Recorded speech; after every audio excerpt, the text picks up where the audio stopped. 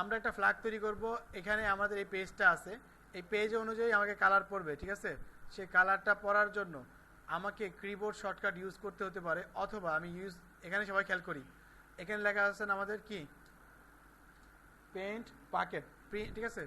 এই paint bucket মানে হচ্ছে, প্রিন্ট মানে হচ্ছে রং, প্রিন্ট মানে কি রং, বাকেট মানে হচ্ছে বালতি বা এই পাত্র জাতীয়, তো রঙের বালতি এটা, ঠিক আছে?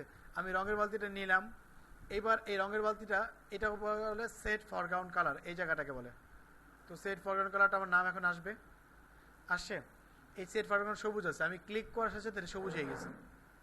ওকে, এরপর আমি আরেকটা লেয়ার নিলাম, বা লেয়ার ছাড়া কাজ করলে কি অসুবিধা সেটা দেখাচ্ছি।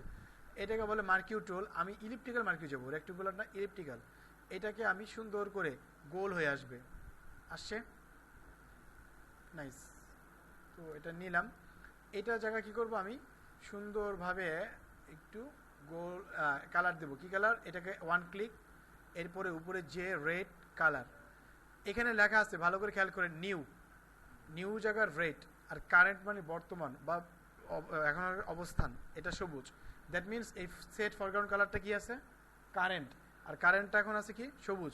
আমি নতুন কালার নিচ্ছি কি রেড। যদি নতুন আমি রেড না নিই তাহলে blue, this is the blue. এরপরে ইয়েলো, ওকে, একদম ইয়েলো, আমার যেটা ইচ্ছা। অথবা আমি ইয়েলো, অরেঞ্জ, অরেঞ্জ আসতেছে এই জায়গাটা, আমি আবার রেড নিয়ে নিলাম। ওকে, এই ওকে দিলে রেড কালারটা চলে আসছে। আমরা নিব আবারও পেন্ট বাকেট টুল, নিলাম, নিয়ে হিট করলাম। এই জায়গায় হলো কেন? এটা বলে সিলেকশন। ঝিরঝিরটা যেখানে থাকবে, দ্যাট মিনস এই সিলেকশন যতটুকু থাকবে ততটুকুই কালার হবে, ততটুকু কাজ হবে। এইটাকে আবার উঠিয়ে দিতে হবে, তাহলে আবার আমাকে এখানে যেতে হবে মার্কিউতে, যে কোনো একটা নিলি হলো। এরপরে রাইট বাটন ক্লিক করব, লেখা আছে ডিসিলেক্ট, এটাকে বলে সিলেকশন, চলে গেছে। মুভ টুল, একটু খেয়াল করি আমার ফ্ল্যাগ শট ঠিক আছে, কিন্তু উপরের দিকে একটু বেশি উঠে গেছে, এটা একটু নিচে নামবে। আরেকটা হচ্ছে বাংলাদেশের ফ্ল্যাগটা বাম দিকে বেশি থাকে, এটা ডান দিকে বেশি এসে পড়ছে। লালটা ডান দিকে থাকবে না, বামে আসবে। তো আমি লালটাকে সরাচ্ছি, কি হচ্ছে বলেন? পুরাটাই নড়াচড়া করতেছে, কিন্তু আমি বলতেছি শুধু লালটাকে আনবো, পারতেছি না। তার কারণটা কি? আমি একটা লেয়ারে কাজ করছি, ভালো করে খেয়াল করি। আজকে একটা জিনিস মাথা ঢুকে ফেলেন, যারা ফটোশপ শিখতে চান, আজকের ক্লাসে যদি ভালো মতন এই জিনিস বুঝতে পারেন যে লেয়ারটা কি, তাহলে আজকে থেকে 60% ফটোশপ শিখে যাবেন। বাকি 40%-এর জন্য আপনাকে একটু পরিশ্রম করতে হবে। 60% এখন ডিপেন্ড করতেছে আপনার উপর, কিভাবে, যে এটা হচ্ছে লেয়ার, লেয়ারটা যদি আমি বুঝি 60% কমপ্লিট, ফটোশপ এত ইজি। তো একটা লেয়ারে কাজ করছি, এই জন্য এই অবস্থা। আমি যদি দুইটা লেয়ারে কাজ করতাম তাহলে এই অবস্থা হতো না। এক্সাম্পল হিসাবে আমি যেটা সবসময়, যত বেশি নিব তত বেশি কাজ সুন্দর হবে। আর যে লেয়ার বুঝে যাবে সে ফটোশপ শিখে যাবে। যে আজকে থেকে লেয়ার কমপ্লিটলি বুঝে গেল, সে ফটোশপ 60% কাভারেজ করে ফেললো। ওকে, তো আমি এবার, এটা আমার ভুল মেথড হয়ে গেছে। এখন দেখা যায় একটা ভুল তো করেই ফেললাম, তো মনে হলো যে একটা স্টিক দেওয়া দরকার, এটা ছোট করা দরকার, কি হচ্ছে এগুলো, কোনোটাই হচ্ছে না। তো আমি নতুন একটা নিলাম। শর্টকাট হচ্ছে নতুন কোনো ডকুমেন্টের জন্য Ctrl+N, অথবা ফাইল থেকে নিউ, এখানে নাম দিলাম ফ্ল্যাগ। এইবার আমি একটা নতুন লেয়ার নিলাম, এখানে এটাকে বলে rectangular মার্কিউ।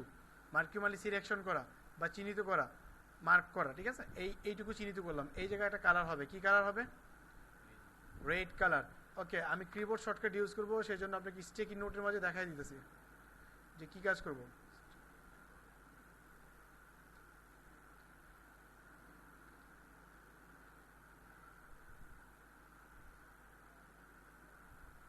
Alter plus back space oblique delete, মানে হয় ব্যাক স্পেস ইউজ করবো বা ডিলেট ইউজ করবো, যেটা ইউজ করি।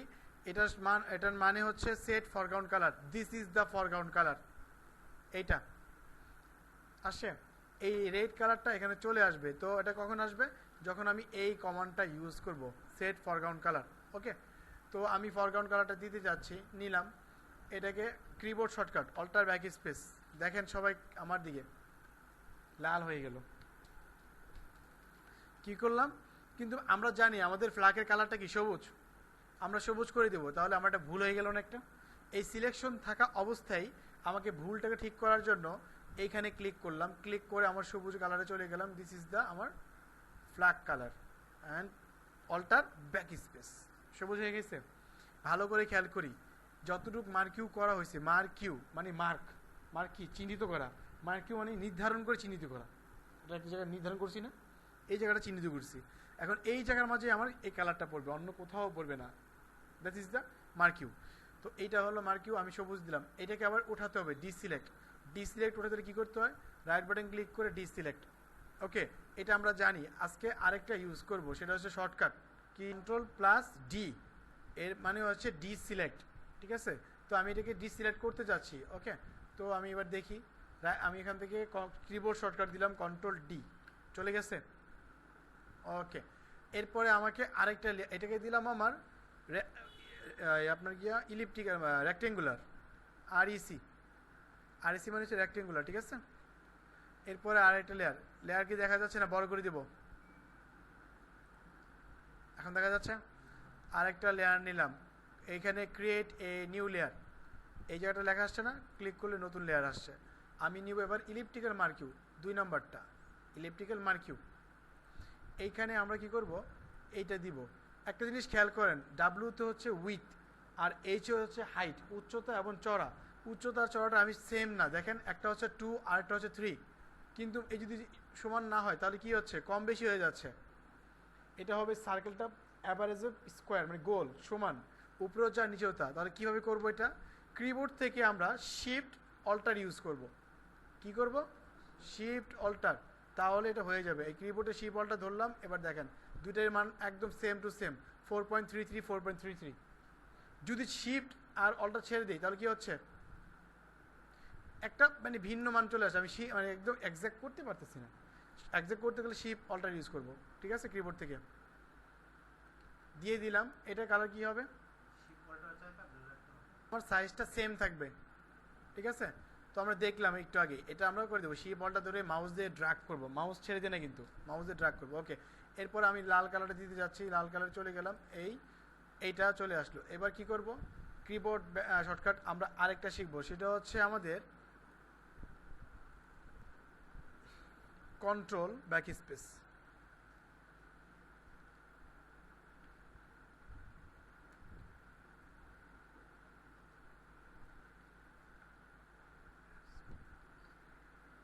ইকুয়াল কি, ব্যাকগ্রাউন্ড কালার।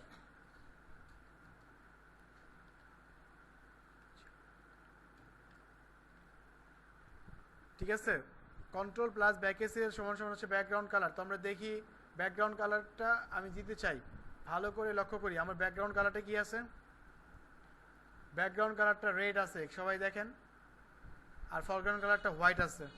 তো আমি ফরগ্রাউন্ড কালারকে সবুজ করে দিচ্ছি, থাকো।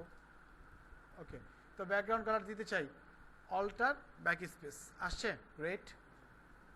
ওকে, এবার ডিসিলেক্ট দিয়ে দিলাম, কন্ট্রোল ডি অথবা রাইট বাটন ক্লিক করে ডিসিলেক্ট। মুভ টুল ধরলাম, মুভ টুলের বৈশিষ্ট্য কি, নড়াচড়া করানো। লালটা উল্টা পাল্টা আছে, আমি এটা নড়াচড়া ঠিক করবো, এই নড়তেছে এখন কেন। এইটাকে আমি লিখে দিলাম ইলিপ্টিক্যাল, ইলিপ্টিক্যাল কেন লিখলাম, গোল, আর হচ্ছে স্কোয়ার।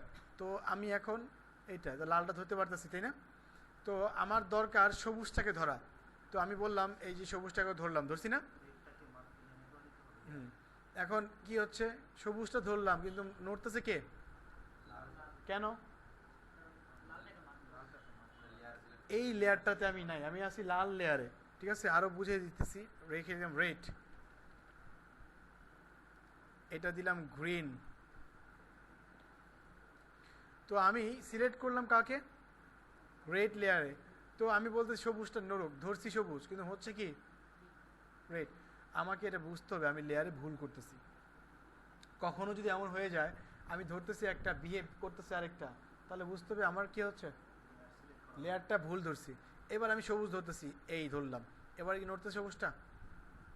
ওকে, এরপরে আমাকে আরেকটা লেয়ার নিলাম, সেই লেয়ারে আমি স্টিকটা দিয়ে দিব, মানে লাঠিটা। এটার জন্য রেক্টেঙ্গুলার নিলাম, এই একটা স্টিকের জন্য একটা কালার দিয়ে দিই, স্টিক কালারের মতো।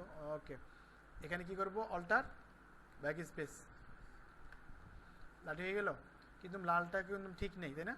এই লালটাকে ধরে এই ঠিক করে দিলাম, একদম অনেকটা এরকম। এখানে একটা জিনিস ক্লিয়ার, যে লেয়ারগুলো আলাদা থাকার কারণে আমি কালারও চেঞ্জ করতে পারতেছি, সরাতে পারতেছি। এবার আমি একটু বড় ছোট করব। মুভ টুলের বৈশিষ্ট্য এইগুলো, যেগুলো এখানে স্ট্যান্ডার্ড আমি দেখাচ্ছে। ফার্স্টে কি আসছে আমার অটো সিলেক্ট, পরে আসতেছি আমরা আসি এর পরেরটায় show transform control. Show transform কি শো করবে, শো করতেছি একটা বক্স, এই বক্স দিয়ে এটাকে ছোট বড় করা যায়। লালটাকে আমি একটু ছোট করব, এই যে ছোট করতেছি, ছোট হচ্ছে বড় হচ্ছে, এটা ডিমের মতন হয়ে গেছে তাই না? তাহলে আমি এটা এই করলাম। কিন্তু একটা জিনিস আমাকে বুঝতে হবে, আমি এইভাবে টেনে হেঁচড়ে বড় করলে আমার কম বেশি হতে পারে। যদি আমি এখান থেকে অল্টারটা ধরে ছোট বড় করি তাহলে, আর শিপটা ধরে ছোট বড় করি, সেম থাকবে। কথা বুঝতে পারি নাই? অল্টার আর শিপটা যদি আমি ব্যবহার করি, এই যে এটা দেখেন সেম মাপ না, যদি আমি একই থাকতেছে। আর আমি এমনি করলে কি হচ্ছে, আমাকে একটু হলো কম বেশি আছে, দেখেন 4.5 4.13। তাহলে আমাদের কি করতে হবে, আমাদের হচ্ছে শিপ অল্টার ধরে ছোট বড় করা। শিফট অল্টারের মানে কি কি লিখছি আমরা এখানে, শিফট অল্টার, মাউস দিয়ে ক্লিক করলে সেটাকে সেম সাইজ পাবো, উপরে হাইট অ্যান্ড উইথ সেম থাকবে। তো এটাকে ছোট করে নিলাম, ব্যাস। এবার এই বক্সটাকে আমার ছেড়ে আসতে হবে। তো ছেড়ে আসার জন্য এই যে এটাকে বলে চেক, এটাকে ক্লিক করবো, অথবা কিবোর্ড থেকে ইন্টার, দেখেন এখানে ইন্টার কথাটা লেখা আসবে, কমান্ড ট্রান্সফর্ম ইন্টার। আপনি কমান্ড করতে বলছি, ইন্টার দেন, এরপর এই শোটা উঠিয়ে দিব, বাস চলে গেছে। বুঝতে পারতেছি? এবার ফ্ল্যাগটা ধরলাম, ফ্ল্যাগটা ধরে একটা ঢেউ থাকবে, পুরো যে ভাব থাকে বা এই যে আমাদের ফ্লো থাকে যে বাতাসটা, এই থেকে এখানে অ্যাড করার চেষ্টা করতেছি। তো আবারও শো ট্রান্সফর্ম, এই শো ট্রান্সফর্মের একটা শর্টকাট আছে, ঠিক আছে? এখান থেকে কন্ট্রোল টি ইউজ করবো। ট্রান্সফর্ম কোনটাকে ট্রান্সফর্ম করতে চাচ্ছি আমরা, বলতেছি সবুজটাকে, সবুজ লেয়ার ধরা আছে, শর্টকাট ইউজ করতে পারি, অথবা ম্যানুয়াল হচ্ছে এডিট। সবাই দেখেন এডিট লেখা আছে, এই যে ফ্রি ট্রান্সফর্ম বা ট্রান্সফর্ম, কন্ট্রোল প্লাস টি, ওকে হয়ে গেল। এইবার এটাকে আমি কি করব, এবার এটাকে র্যাপ করব। র্যাপ মানে মোড়ানো, this is the wrap option. কোথা থেকে আসলো, এই শো ট্রান্সফর্ম দেওয়ার পর রাইট বাটন ক্লিক করব, লেফট না রাইট বাটন, অথবা এডিট থেকে আপনার লেখায় আসবে, এই যে এখান থেকে আসছে না ট্রান্সফর্ম, এর ভিতরে আছে কি র্যাপ। এটাকে ইংলিশে কি বলে সবাই, WARP, ওয়ার্প। ওয়ার্প কোনো শব্দ নাই, স্পেলিংটা ওয়ার্প, উচ্চারণটা র্যাপ, মনে থাকবে? ওকে নিলাম। ট্র্যাগেল বা আমার পয়েন্ট দিয়ে দিছে, এগুলোকে নড়ানো যায়, যেমন এই একটু ঢেউ সুইম করতেছে,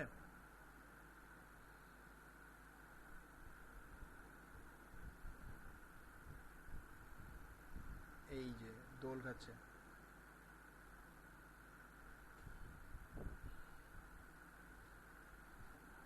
এখন কি মনে হচ্ছে, চেক বক্স দিলাম বা ইন্টার দিতে পারি, মনে হচ্ছে না যে উড়ার অবস্থায় এটা ছবিটা তোলা হয়েছে? ঠিক একইভাবে কি হবে, আমার এইটা তো নড়বে তাই না?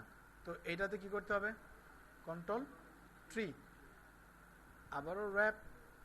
এইখানে আমরা একটু কি করব, এটাকে একটু নিচে নামাবো, এটাকে একটু উপরে নেব, জানি মিল থাকে সব জিনিস, একটা তো সিকোয়েন্স আছে তাই না?